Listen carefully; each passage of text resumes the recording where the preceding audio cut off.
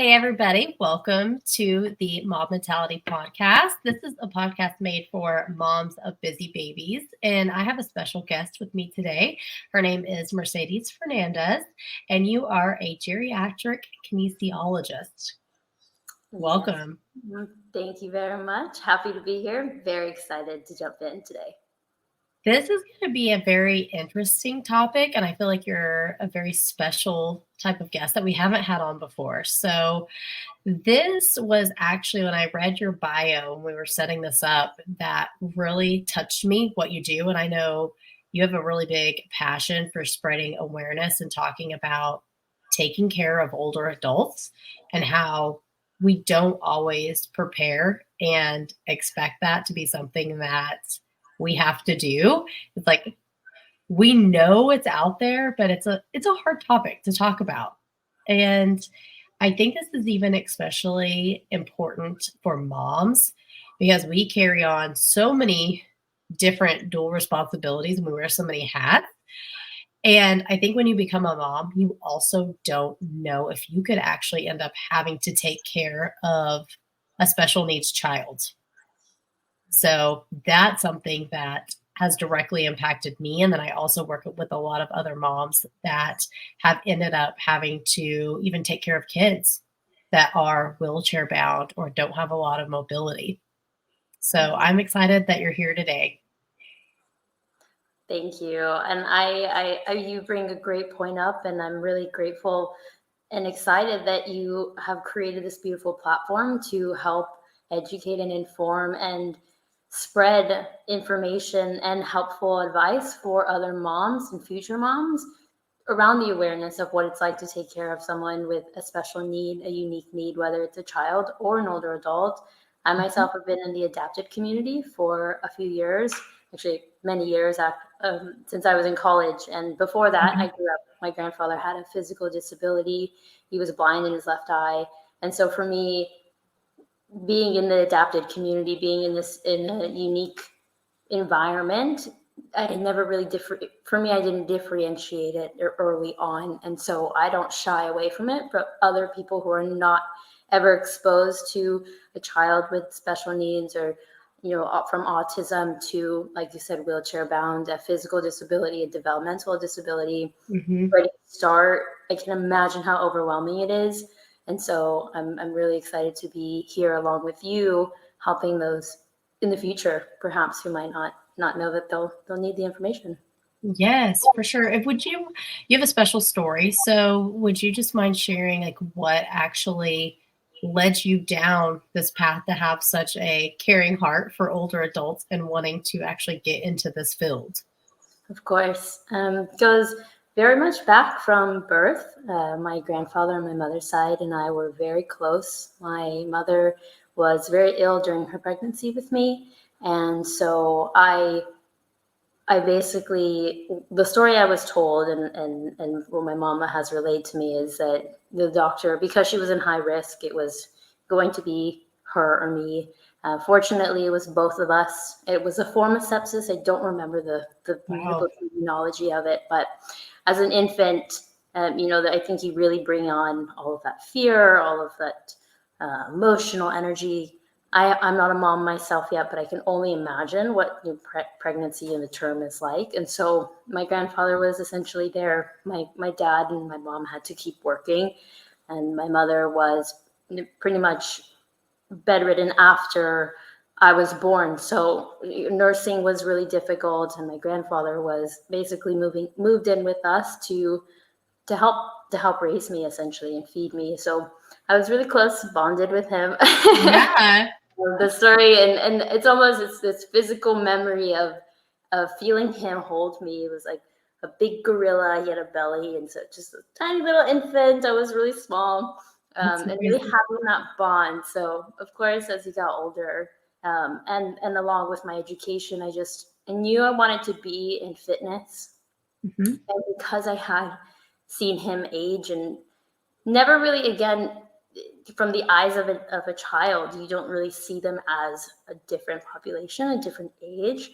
And so, I naturally kind of landed into working with older adults and kinesiology and wanting to make sure that they stayed mobile, because not only that, I saw my grandfather walk every day, 3 times a day. And so it was ingrained in me that that movement was such a big part of his routine and his health. And he lived until he was 90, and dragging his oxygen tank pretty much until like a few days before he passed away, and was, it was his walking routine that he would not let go of.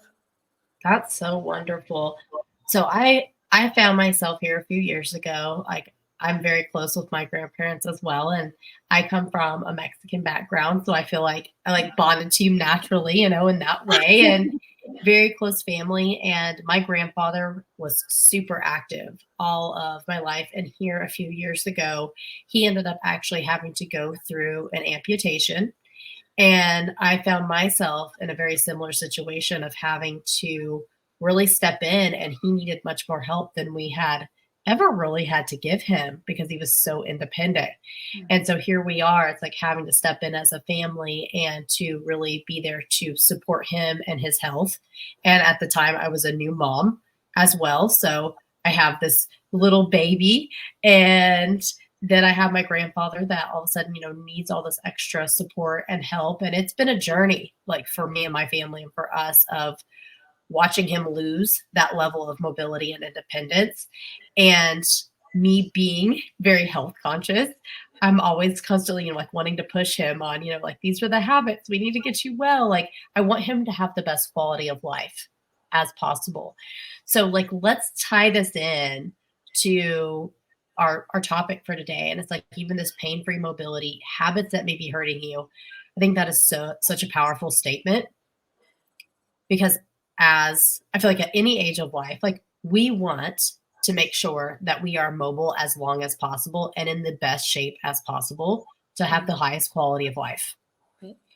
So what do you feel like are some of the bad habits that people get into at whatever stage of life that leads them to be inactive or not have that mobility? Yes, of course. And I say this for me because I'm also guilty of them. So I learn through my own practice as well, not because I am like a kinesiologist and I have all this experience and educational background, but as a human, like you said, I myself strive to stay in my own mobility, to have my optimal healthy lifestyle. And so I would say definitely the top one that comes to my mind is watching how we walk. So our walking habits really play into our posture. And I think that very often I see, first of all, the question to ask yourself is, how soft are your shoes? The trend is to wear more cushiony shoes, especially the orthotic industry likes to sell like spongy shoes. Those can be a little bit dangerous because, especially if you pronate, and for anyone who's watching, it's when your feet, you're arching in, you're putting a lot of stress on the inside of your kneecap. And so the sponginess is not also supporting. So you'll see that there's like the arch correction in the foot soles and all that jazz. Yes. And so while some can help, it really is just really being mindful of which way you're either inverting or you're everting. And then most of the time if the common tendency, because I do this myself as well, is we invert. So if you look down at your feet and where your arch is naturally supposed to be up and it's completely flat, you'll notice that you're almost like pivoting in. And so all of that biomechanically is changing the structure of our hips, which translates into our lower back. And so that is the realm of where strength training will come in, doing foot exercises to strengthen the bottom of the foot to get that natural arch back. Yeah, the beauty that I find with anatomy is it's also interconnected. And so one of the habits that I see often is, because of the foot is weak, we're wearing not supportive shoes. It's no one's fault. It's the shoe industry. Depending if an older adult has neuropathy, they can't feel. right? So that's very common with older adults, especially if there's diabetes involved. So there's all these complexities around this is just one habit.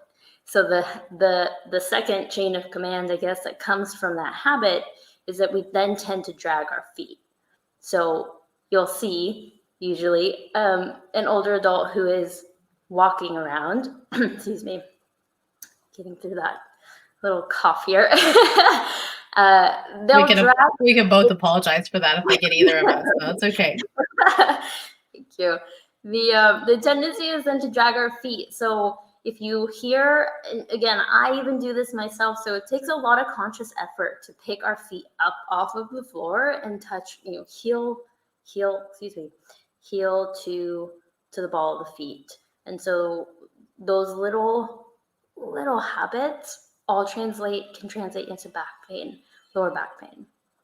Okay, those are big. Like as you're saying these things, I'm sure all of us are listening and be like, oh, yep, like people come to mind. Like I can pick apart like some myself. I do it at times. And then even like family, I'm like, hey, pick up your feet because you can hear them. Yeah. Behind you. It's usually Yes. So is there a certain, besides slowing down, is there certain things that we can do to make sure that we're even having better posture and form while we're walking? Yes, I think so you make a good point. Slowing down is really the essence of where it all starts, because it all starts with awareness.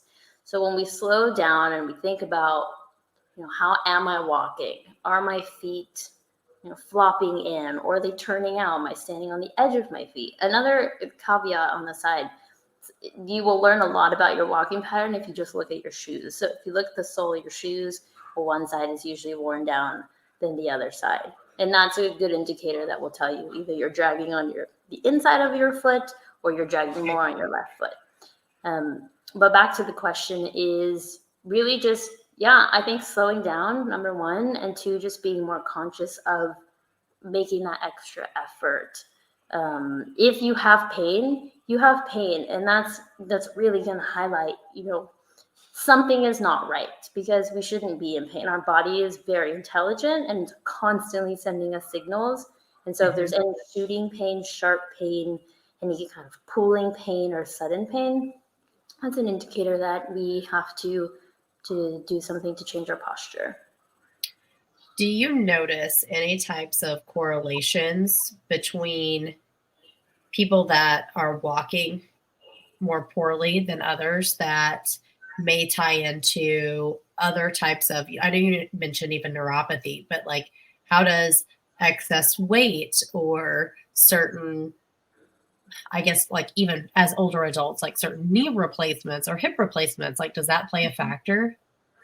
Absolutely. And it goes back to, again, the signals of pain, because we're not aware of the way that we're standing or we're walking, all of that energy, the weight that we're from sitting to standing to laying down to getting back up to walking, all of that weight is translating into our lower extremities. So not only are the ankles, we're bearing all that weight, but the knees suffer probably the most. Okay. And that's why you'll have a lot of knee replacements, especially with hips as well. Hips are, part of our back pain issue as well. And hips are more common in the elderly because our bones get brittle, and it just depends on how they're getting in and out of the shower, or, the flexibility and all that mobility that comes together. Bringing it all back together is every way that we move counts. So not being conscious will translate into these poor habits, I guess you can say, and then they lead to pain in different ways that they express itself. So I want to get to some real like practical advice that you can give people. So what are some different mobility techniques, habits, stretches, like whatever it may be that we could actually do at home to improve our mobility? Yes. So my first one is I'll start with the feet, because this is one that I think, no worries. This is one that I think that is, most overlooked is, you can grab a towel, or you can do it with a sock, or anything that is a little slippery. And this is you can ask a physical therapist as well. But you just sit on the couch on a chair, and the exercise is basically just, sliding the sock back and sliding it forward. So you're building, if this is it's an imaginary towel, and these are my toes. The concept is to slide and then push it back. So sliding the towel towards you and bringing a little bit of contraction and then slowing it back down so that we can build, again, it's to strengthen the arch of the